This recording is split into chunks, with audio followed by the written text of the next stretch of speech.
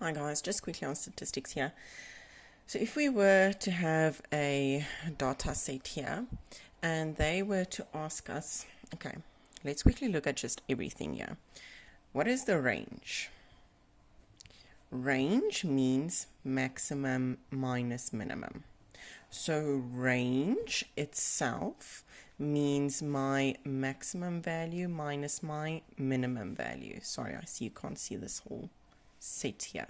Okay, so that would then be 63 minus 15, and 63 minus 15 is equal to 48.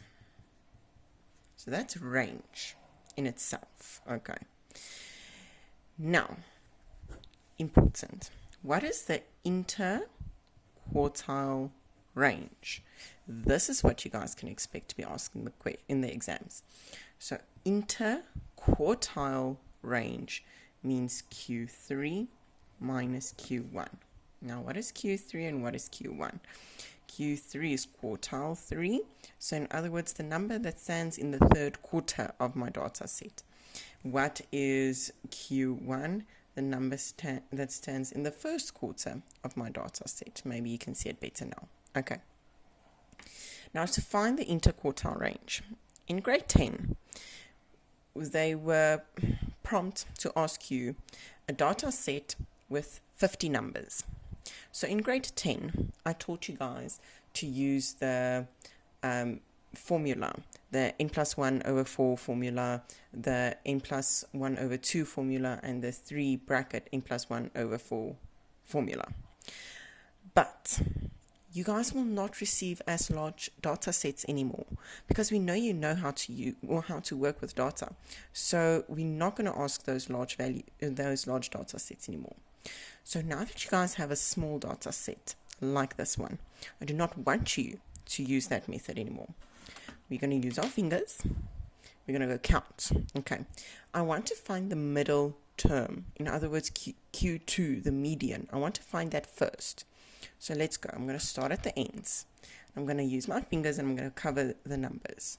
So I'm going to cover, cover, cover, cover, cover, cover, cover, cover, cover, cover, cover, cover, until I reach my middle value. The middle value there was 49. That is, in other words, Q2, which is also known as my median. Okay, now to find Q1 and Q3. Let's go to Q1 first.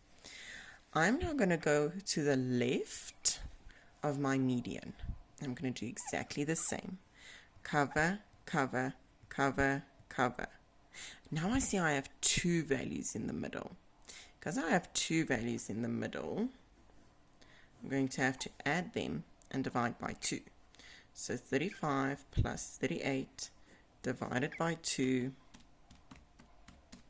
gives us, 36.5.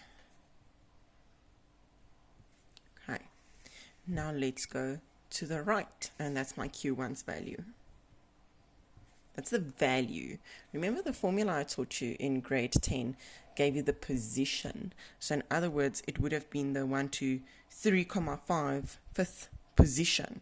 Then you guys would have known, okay, add them together, divide by 2. So that would have been your position of where to find it. Okay, Q3, I'm going to go to the right of my median.